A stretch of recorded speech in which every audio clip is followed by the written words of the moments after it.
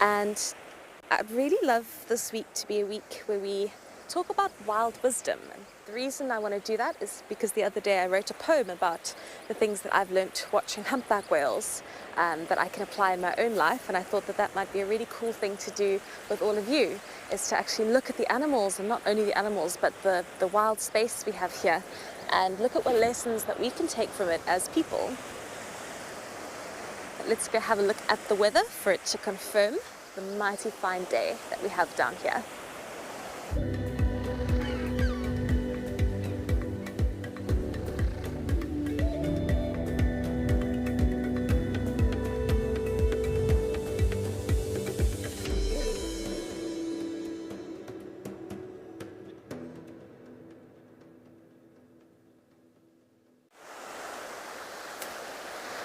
So it feels more like 20 degrees today, and it seems like we've got a couple of days of really nice weather. I think there might be some storms coming in later in the week, but I don't think we could call this a blue Monday at all.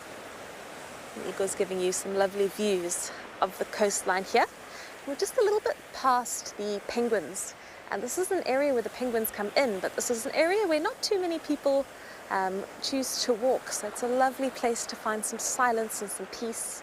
And the penguins do pass by, so if you sit around long enough you'll see a penguin or two. The Egyptian geese like to hang out here. So many different little creatures like to enjoy this area, which is very close to mermaid pools. In Penguin Beaches, I want to talk about the lessons that I've learnt from the wild spaces that we have here, but I'd also love it if you could tell us what you learn from the penguins and from the other animals at Stony Point, be it patience, certainly not from the penguins, resilience, whatever you've found that you've learnt from watching Penguin Beach from the animals that you can apply into human life. I'd love to hear what you have to say.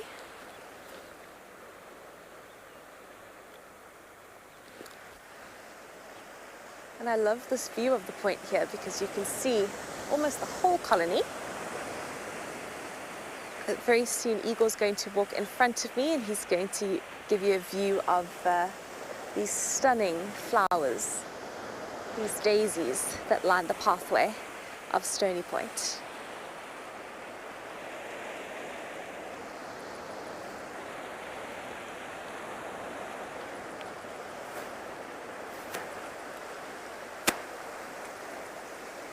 So I think I'm hearing this name wrong. It's either Kelly or maybe Jelly.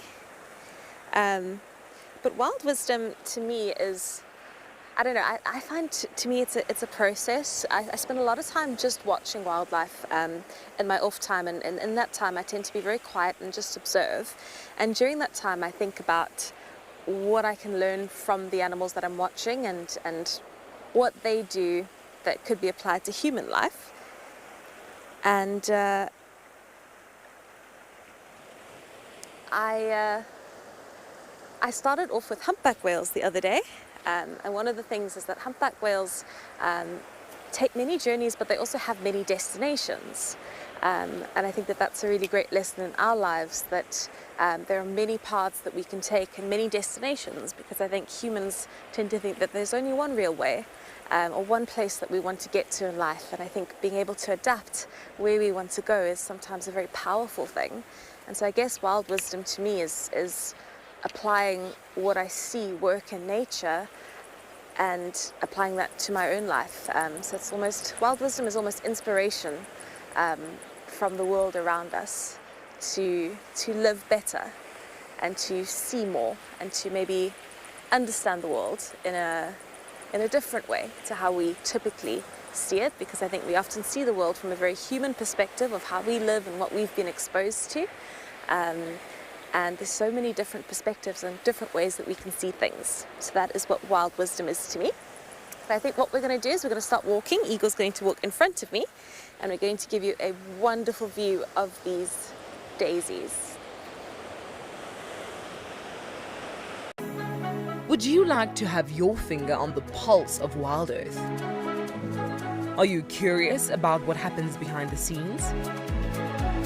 And would you like a catch-up on the best moments from the week, delivered straight to your inbox? cool is this? And oops, don't lose it, don't lose it. Then it's time to join the Explorers Club and receive the weekly newsletter. Head over to our website to find out more. Delve deeper into what WildEarth can offer you. Register for free on our website and you can interact with our guides whilst watching your favorite show. Once registered, you will also have access to some extra special content. There might be something along here. I think we should go have a look.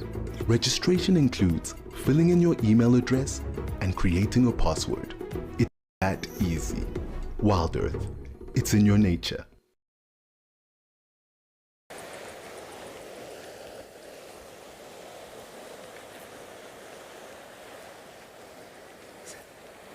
So we're just giving you a view of the absolute splendor is the Cape Overberg flower season. Sarah, the ocean is super calm today. I can't believe how wonderful the weather is.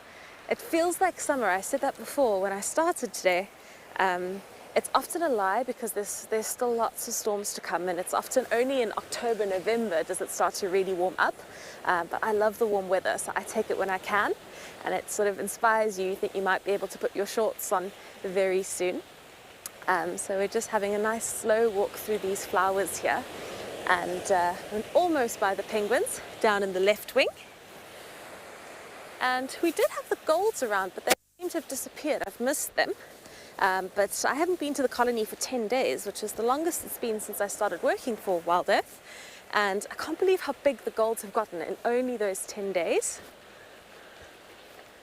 I think when you work in an ecosystem very often, any sort of gap when you're away from it tends to really show you, how much things can change, or sometimes how little they change. So I didn't notice anything this morning while I was walking through the colony and having a look. I didn't notice that the penguins were doing anything new or that there was too much change, but I guess that is yet to reveal itself because I've only been here for a couple of hours so far. So we're just going to take a moment now for Igor to get the tripod set up nicely. So he might have to make it quite high. What I'm going to do, I'll actually take the camera, I think. That might be the best way. See how stable my arms are. And we'll just have a look at the penguins down here at the left wing. We've got one adult heartlip skull, and we have one juvenile heartlip skull who's recently fledged.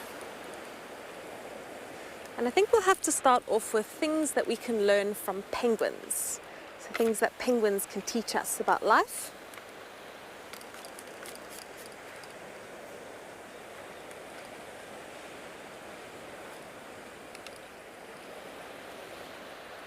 I think the first thing that I really have noticed or been in awe of penguins for the last couple of weeks is their herd behavior.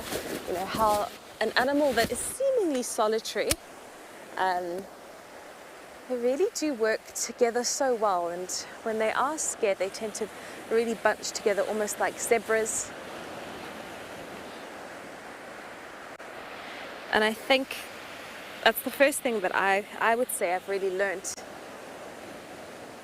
from penguins, is that there is safety in numbers and there is success in working together and looking after each other. And as I say that, we've got a group of about 4 penguins who look like they've just come back in from the ocean.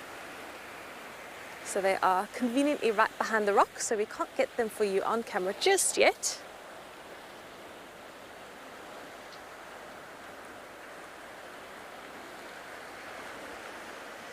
Ben? That is an excellent question. I think sometimes the penguins make a noise. I think sometimes you hear them actively making a noise. I don't know. I feel like they have some sort of sixth sense, to be honest, when I've seen penguins and there has been trouble. Because they all seem to pick up on it. I think they pick up on the energy of other penguins. Dogs do that. We do it as well. If you walk into a room and everyone is nervous or frustrated, you immediately pick up on it and you think, okay, well, maybe I should be nervous because I don't know what's going on. So I think that there's very much a sixth sense where they can pick up on the body language of other penguins. They certainly do vocalize as well. So I think vocalization is one of the things they can use to warn the other penguins. But I would say the main thing would be that sixth sense of just picking up, okay, there's danger. And, you know, if they pick up that other penguins are tense, then they would realize that something is definitely amiss. So they do listen to penguins at this colony and also out at sea.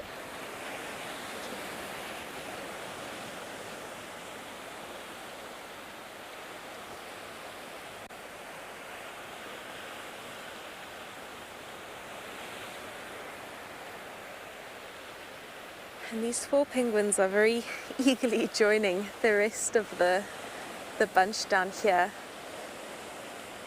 Is that his partner?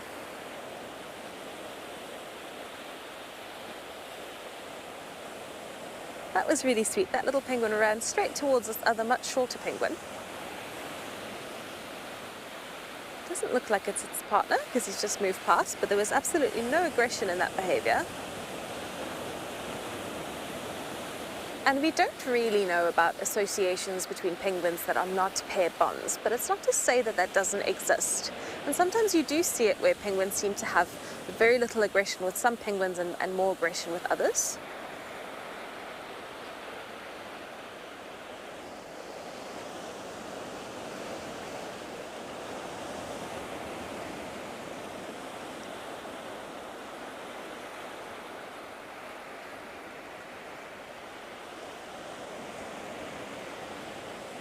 So it's very hot today, and I think the penguins are, oh, look at that stretchy.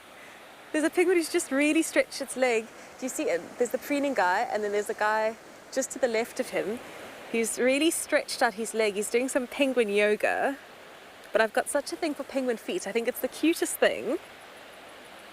He's just stretching out his leg, and actually you can see how long the leg is, which you don't often get a good look at when they're sitting in their normal positions.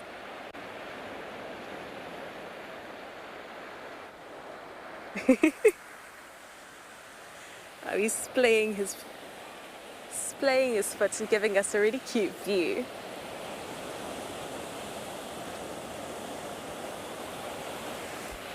Jade, the most important bone was a question we had months ago, and I know where the bone is. I can't tell you what the name is. The mussel, I am going to try and look that up. I think that might be a Burrowing Petrel Award question. I think that's going to be a difficult one to find. But I will try and look it up, and I'll see if I can speak to someone who would know a little bit more about penguin anatomy and figure out what mussel it would be. I'm not sure if their muscles, how similar their muscles are to ours, because I'm trying to think, what would we argue is the most important muscle in our leg? Is it the calf muscle? Is it higher up in the leg? I would argue it's the calves, so I'd argue the lower leg is more important. But I am definitely not a doctor or an expert in movement. So what I'm going to do is I'm going to go and have a look and see if we can figure that out. This penguin is still showing off its foot.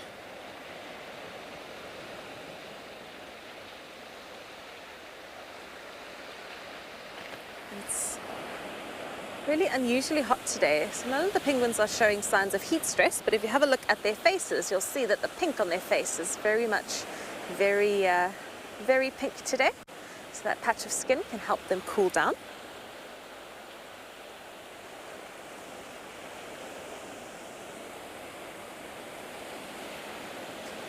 I think a good lesson that we can learn from penguins is that we don't always have to be on the move. It's good to get things done, it's good to work hard. But rest and play are extremely important, and they've done lots of studies with people where they have also proven that rest and play is good for us. Humans tend to be busy all day long. We call it the rat race, ironically, but I think rats probably relax a lot more than what we do. So taking time out to rest, can make us more productive. Taking time out to play, like this penguin in the water, can actually help us with our work and help us to be more innovative.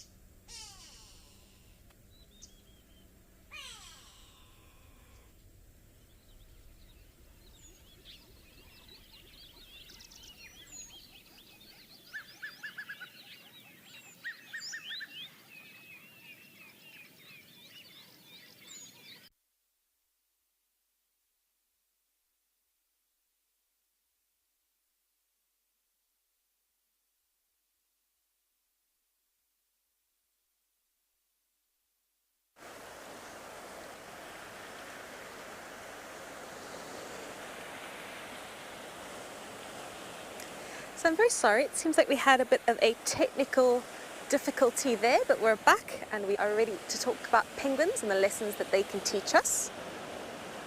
If I look at the penguins, this is not necessarily a deep philosophical lesson, but I think penguins can also teach us a lot about hygiene because they really do like to clean themselves a lot. And we've got one penguin who's really splaying his tail, so you can almost see the preen duct. He's touching his preen gland right now, getting some nice oil for his feathers.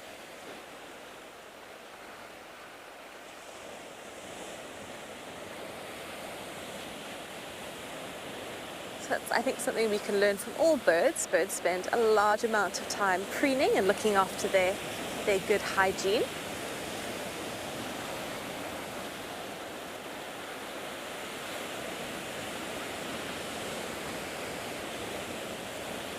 Now he's suddenly very aware of something that's caught his attention.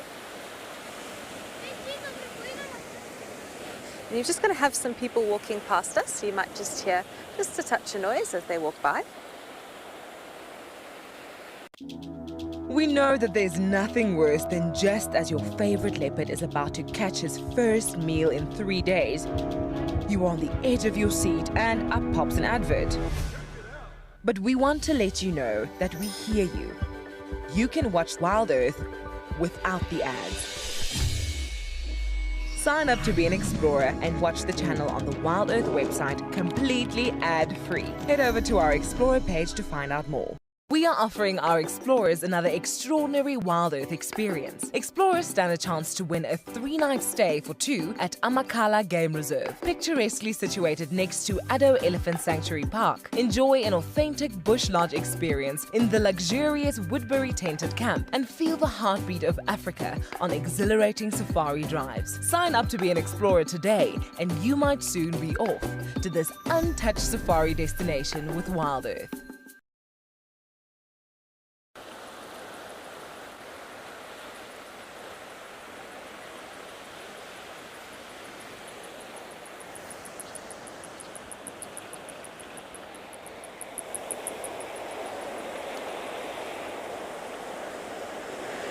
Chimera, so penguins definitely like to swim in the water for fun, especially on days like today where it's really hot.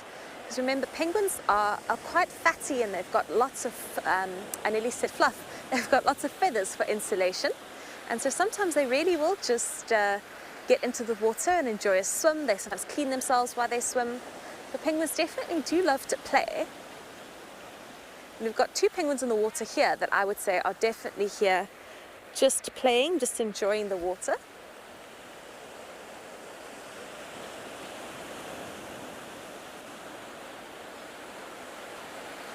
And now it looks like this play has turned ugly.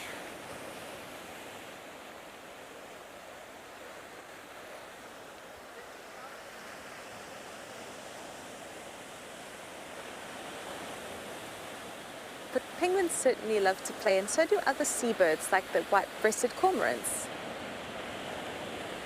William, so I would love to swim with penguins, but I would never force it. So what I would dream, my thieves' dream would be that I would be in the water in a kelp forest somewhere looking for something else like a nudibranch, the little sea slugs, and I would look up and there would be African penguins around, and I think that would be absolutely incredible. I feel like I wouldn't want to get into the water and disturb them because I'm not sure how they react to people in the water. But if I had to be there and they were around and I could look up and see them, that would be such a dream. I've got a real thing about seabirds in the water. I don't know why, the idea of seeing it is really incredible.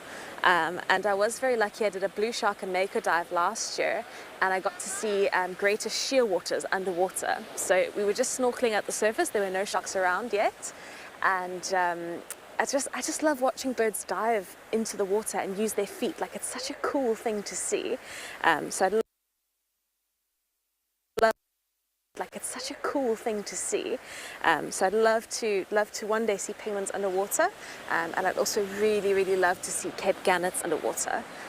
So one day, but I'm a big believer in waiting for that. Like, I never force the interactions because I think it's always much more special when you spend time in wild spaces and eventually you get that sighting. I think there's a real sort of ecstasy that comes with that.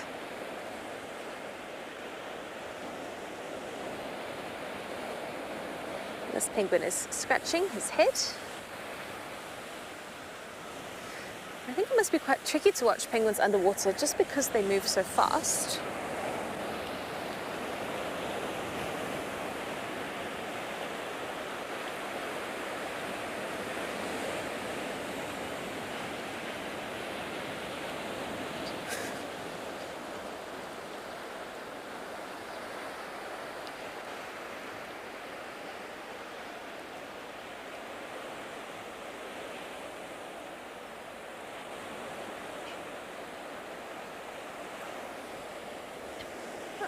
So I think what we're going to do is we're going to go have a look at this hot lipskull that just arrived. Looks like he might have a sore foot actually.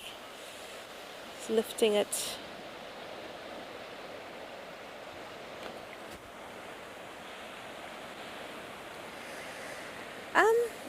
Linda, I'd say maximum about 3 weeks, which is what they do every year during their annual molt. And then they wouldn't be getting into the ocean. Although I actually saw something the other day that said penguins can get into the water when they molt. The only thing is that they run the risk of really, becoming hypothermic. So I'd say 3 weeks would be the maximum, and that would be after 6 weeks of gorging themselves on fish and feeding themselves to be able to stay on land for that long. So penguins definitely need the ocean. They wouldn't really be able to survive anywhere else. I've never heard of penguins doing anything like going into rivers. That is definitely a behavior you see with other seabirds. So like your cormorants, for example, often go into the rivers. I think sometimes the African black oystercatcher might go feed in an estuary. And there's a lot of crossover between, your shorebirds and your riverbirds. But I've never heard of penguins going anywhere near a freshwater resource. I'll show him this little hard-lip skull.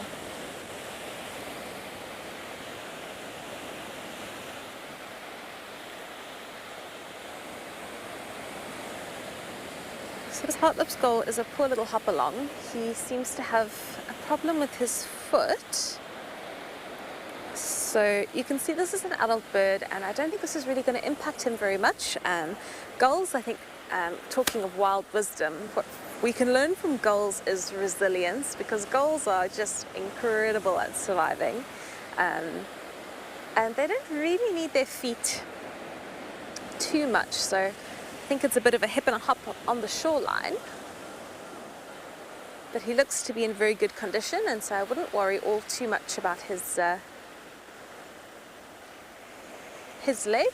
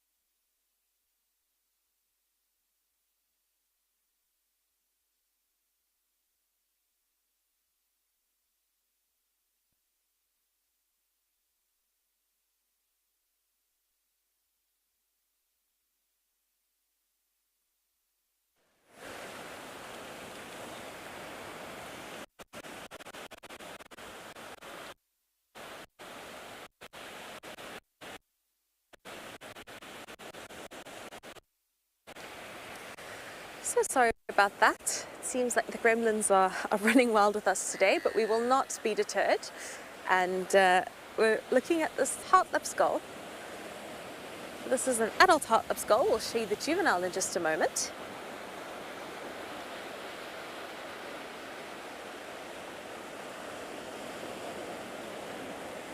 So you can see this heart-lip skull is feasting on some beach hoppers.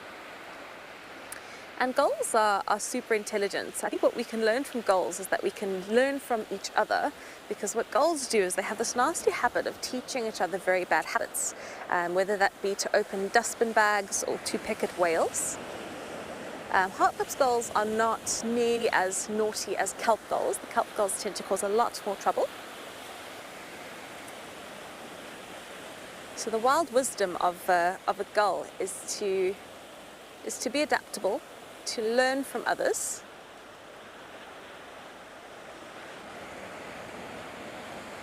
And I think with them, certainly also exploiting new food sources is a big one. With most animals, in fact, if you look at the survival rates of species and whether a species is likely to survive or not, one of the defining factors is not having a restricted diet. And gulls will eat pretty much anything, which makes them very successful. But I want us to go have a look at the baby heartlip's gull now. He's not a baby, he's a juvenile.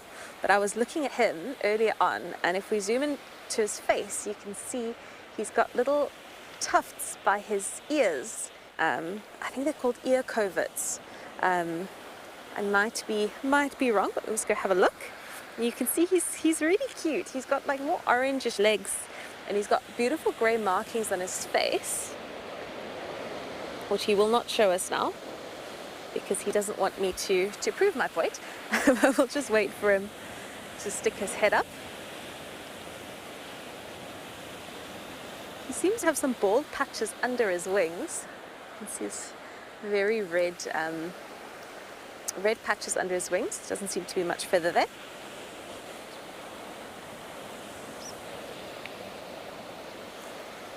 But he's got these cute little ear coverts where you can see his ears would be.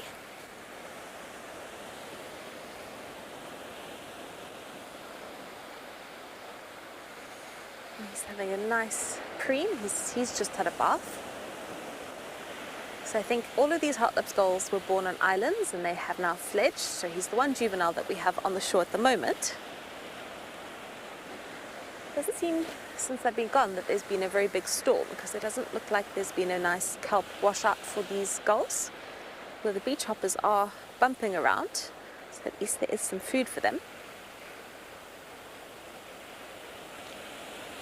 I think what I want to do now is I want us to go have a look at Cormorant Cove and see how our cormorants are doing. I did see some cormorants who were having a swim.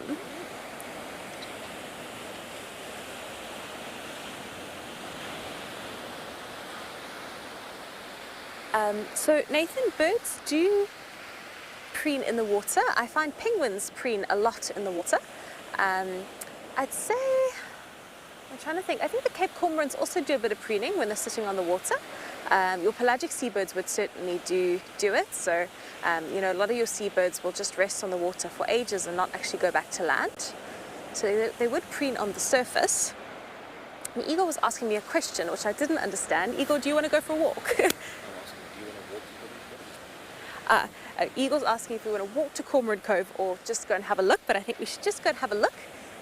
We've got 4 days to hang out, and so maybe we'll spend tomorrow at World's Edge and we can have a look at Cormorant Cove.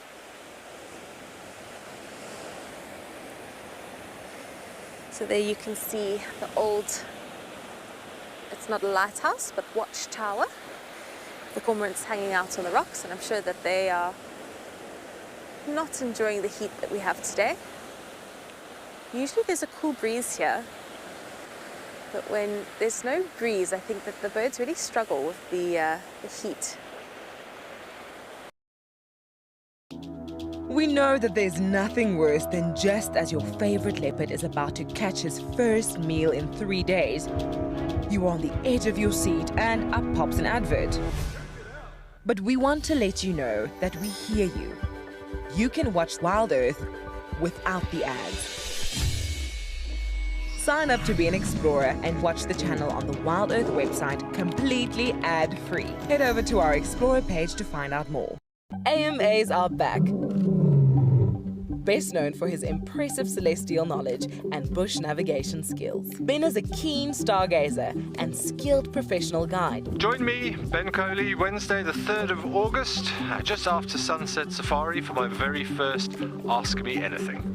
I'm ready to answer any questions you may have. All you have to do is sign up to be an explorer and meet me here at Djuma just after the Sunset Safari.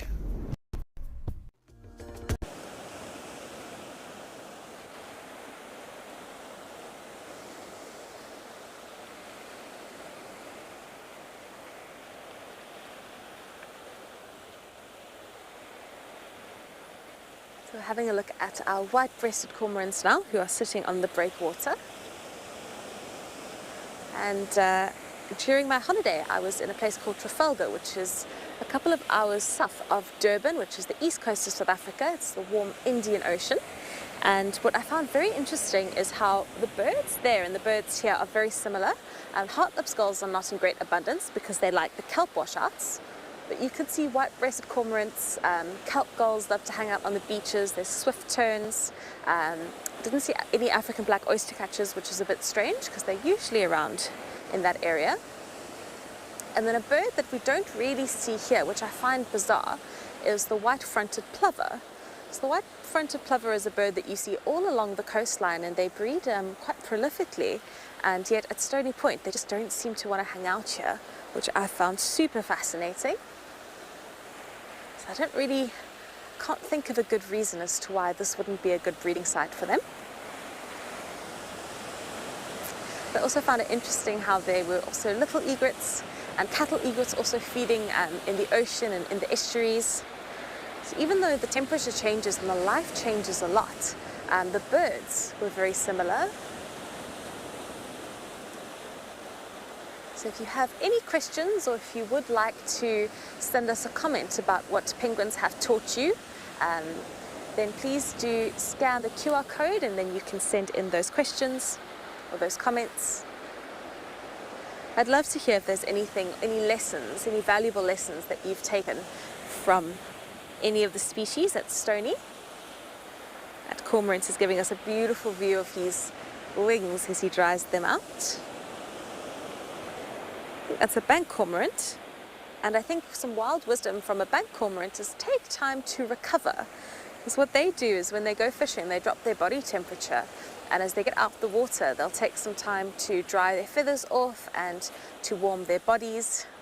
And so when you've done something really hard, I think sometimes it's good to take time to recover. It's not time wasted, it's time helping your body, getting it back into good shape before you continue on with your day.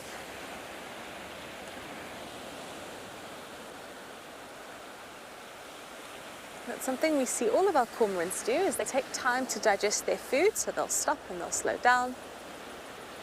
They'll spread their wings.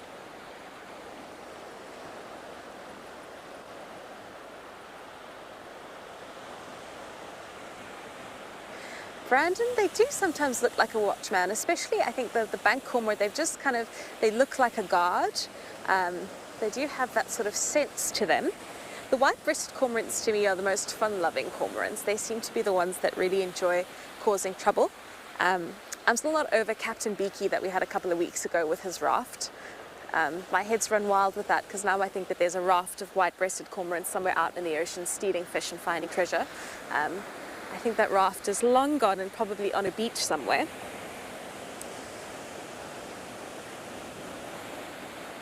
They certainly do look like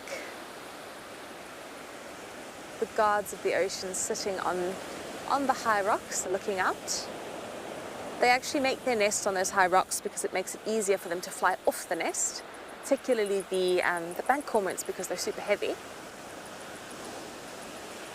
And it's not something I've ever mentioned on the show actually, but there are some countries that actually use cormorants for fishing. So it's a really ancient practice where they would put these contraptions on the cormorants and the cormorants would get some fish. I think the cormorants could eat the small fish, but the larger fish would be caught in this contraption. I believe it's somewhere in Asia. I can't think of exactly where it is.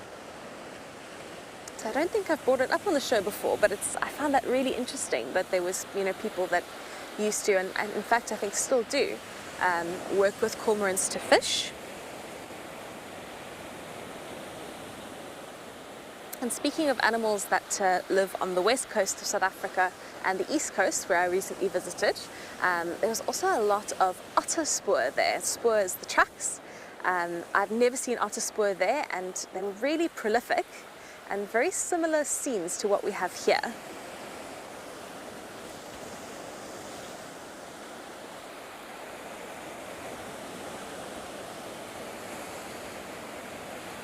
So where we're standing at the moment is the site where we often see signs of otters. I've never seen the spoor, the tracks, but what we often see in this area is the regurgitation from the otters because they can't eat the shells of the shellfish, so they throw that up into these really gross, yucky balls. And on the east coast, I saw lots of tracks on the beach, and it's really cute because there were some tracks that had the tail dragging in between, but there was also the regurgitation balls. And what was very interesting is here there's reef all along the way, so the otters in theory could feed anywhere, but there's only reef every 100 meters or so, and so you'd see them coming down specifically to feed on the reef, not on the sandy bottom. So they feed on the reef, and then you'd see the tracks coming out again and going into the estuary or going into the forest. So I feel like my otter understanding is increasing as I spend more time on the shoreline and not on the sea.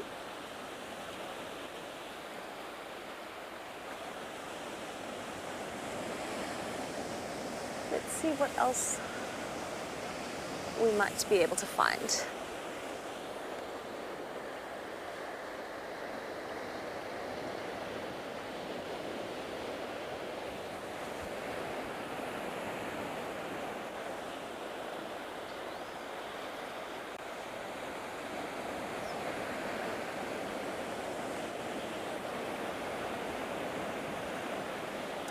So we're looking at a penguin who is looking for something in the water.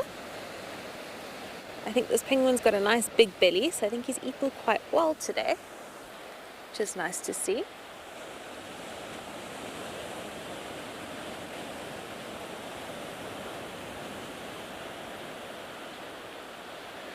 Jasmine, I've not seen any kelp in a penguin nest, but I don't think that means that they never do. I think that sometimes they might actually put some kelp in the nest.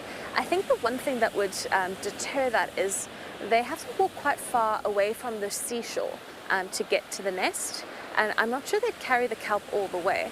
Shane, that penguin looks like he's got a bit of a limp. I think that they would use it, certainly. I think they do line their nests with other plant-like materials.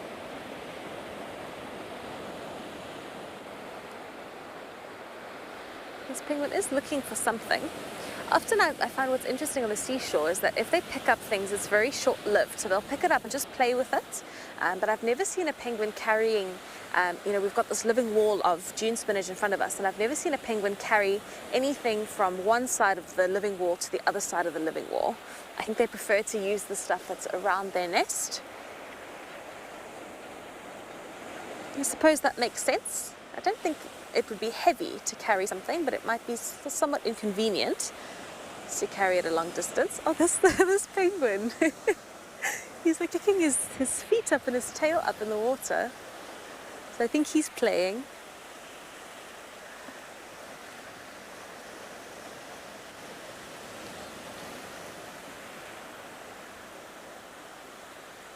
It is wonderful to watch animals play, and he's so cute that he's almost behaving like a duck. And Sikle, our director, who's in Joburg at the moment, says she would love to be swapping places with this penguin and frolicking in the water. This penguin's behaving a bit like a duck though, because he's lifting his tail and his back a little bit, which is super cute. He's not chasing a fish or anything, he's just enjoying himself.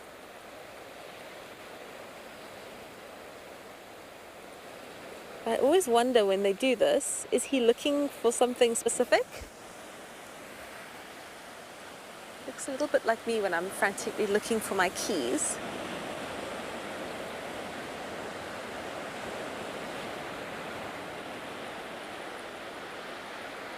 He's held his breath for quite a while. Okay, there he is. There's his head.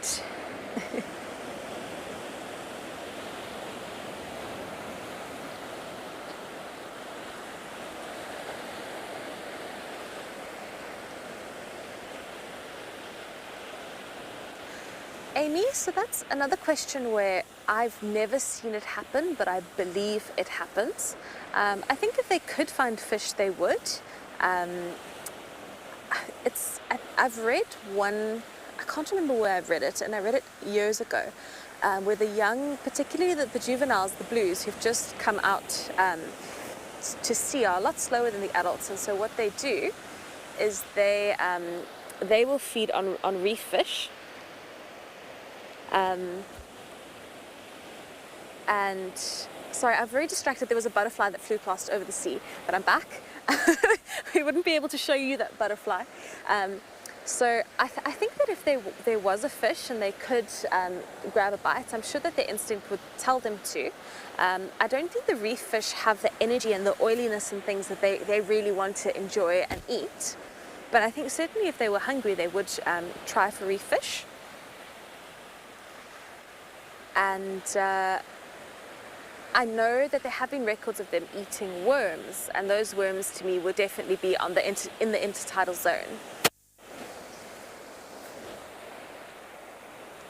We are offering our explorers another extraordinary WildEarth experience. Explorers stand a chance to win a 3-night stay for 2 at Amakhala Game Reserve, picturesquely situated next to Addo Elephant Sanctuary Park. Enjoy an authentic bush lodge experience in the luxurious Woodbury tented camp and feel the heartbeat of Africa on exhilarating safari drives. Sign up to be an explorer today and you might soon be off to this untouched safari destination with WildEarth. So I started watching WildEarth at the beginning of COVID and I haven't looked back since. I've seen all of the leopards I wanted to see in Mariev's.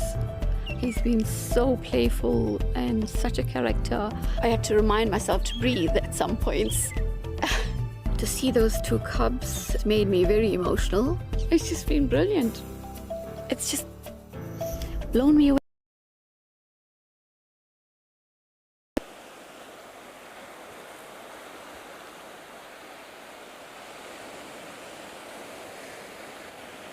So we're just taking a wider view down here of Stony Point. And I think in our last 10 minutes we should extend the wild wisdom to the ocean and things that we can learn from the sea, and I think specifically the Atlantic Ocean. And what I've learned from the Atlantic Ocean is that there's time to be calm, but there's also time to storm. And I think I learn every day from the Atlantic that things change and that you can be calm and have enormous strength. That's one of my favorite things about working at sea, is looking at the ocean on a day like today and thinking, oh, this is so flat and so beautiful. And then seeing it on a day where it's really rough and the whole bay sort of breaks because you've got these reefs, littered in the bay that you don't see on a day like today.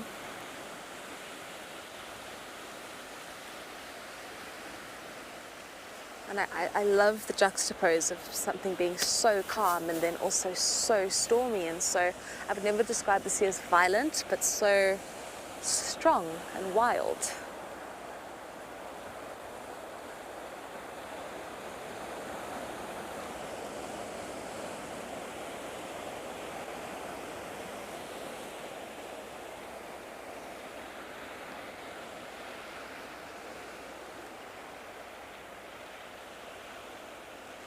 August is supposed to be a windy month.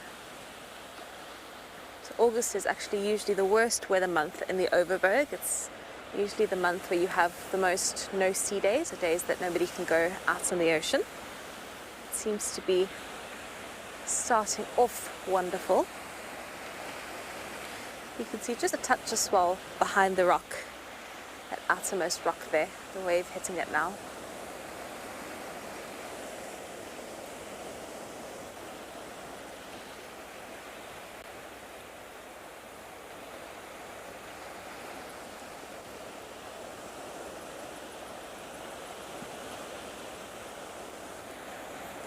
Danny, thank you very much for that wonderful comment. I'm glad that you're enjoying it.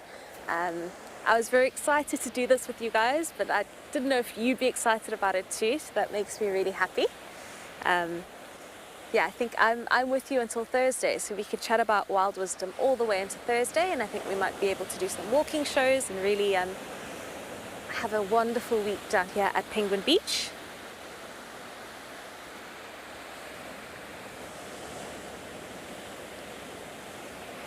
I think all the penguins have decided that with this heat, they are not going to be doing very much. They're going to wait it out. And I wonder if they feel that that summer's coming. I was in Joburg recently as well, and in Joburg all the jasmine is out, and jasmine is very much a spring flower there. So the weather's telling us that spring is here, the flowers are telling us that spring is here. So I wonder if the penguins are sensing a change in season. I think that they do. I think that they're very in tune with the small changes that we have.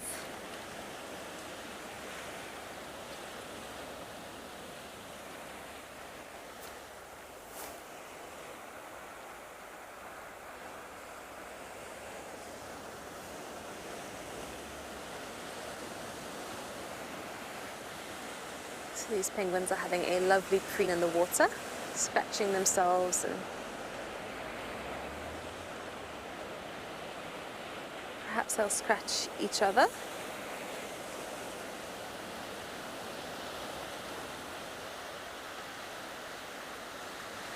I think these rock pools are so convenient for them. I don't think on all islands they have access to this. I think in my experience of Dyer Island, there might be some areas where there's rocky shore, but for the most part it's sort of cliff faces. So I don't think that in Dyer Island they could ever just go for a nice little swim like this. So that must be one of the reasons Stony Point is prime real estate.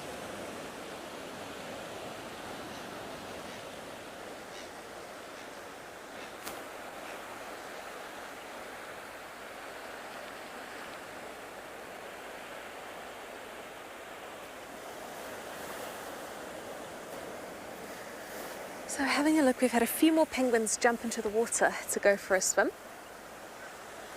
Looks like they might head out of that little channel there, or they'll turn around.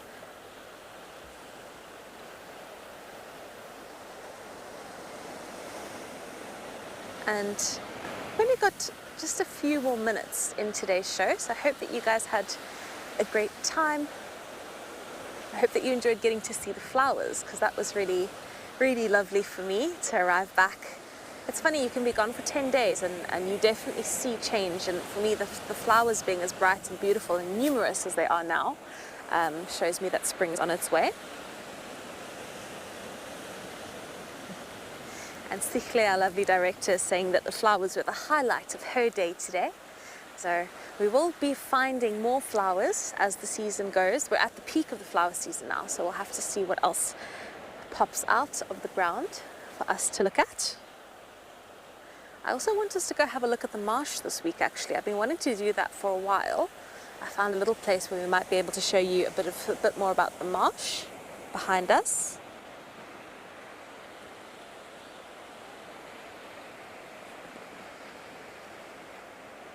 Looks like everybody's hopping out the water now. It's good news that the penguins seem to be coming back in early. If the penguins come in early, it's a sign that they've managed to get the fish that they need. So they're all looking quite plump and happy.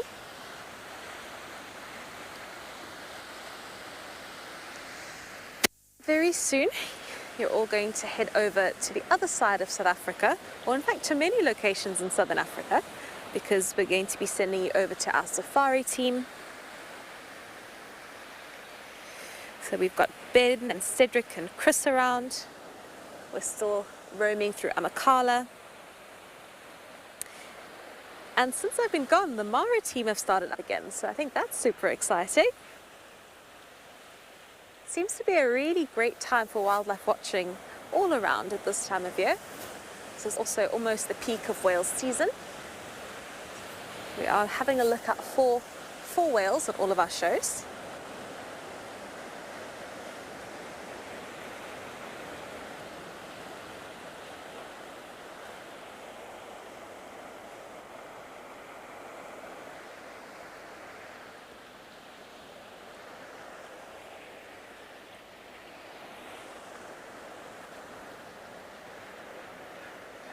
So I hope that wherever you are in the world, you've had a lovely time with us today.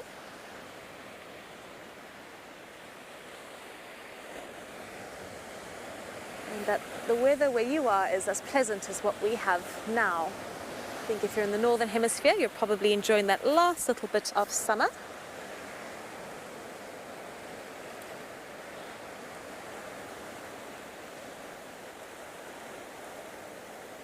The lovely thing about the Cape Coast is that you can have somewhat summery days in the middle of winter if the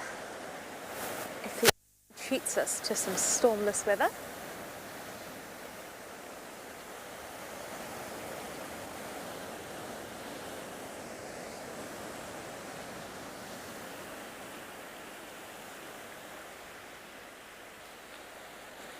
On behalf of Igor and myself, I want to thank you all very much for watching, asking questions.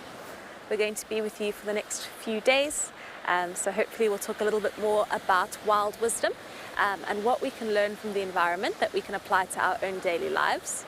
So we'll see you again tomorrow. Have a fantastic rest of your Monday and week ahead, and let's spend our last few moments just enjoying the sights and sounds of Betty's Bay on a picture-perfect day.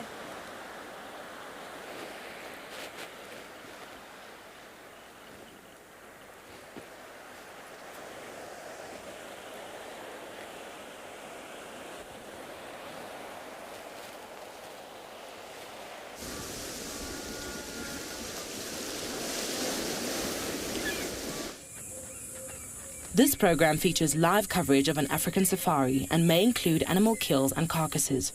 Viewer discretion is advised.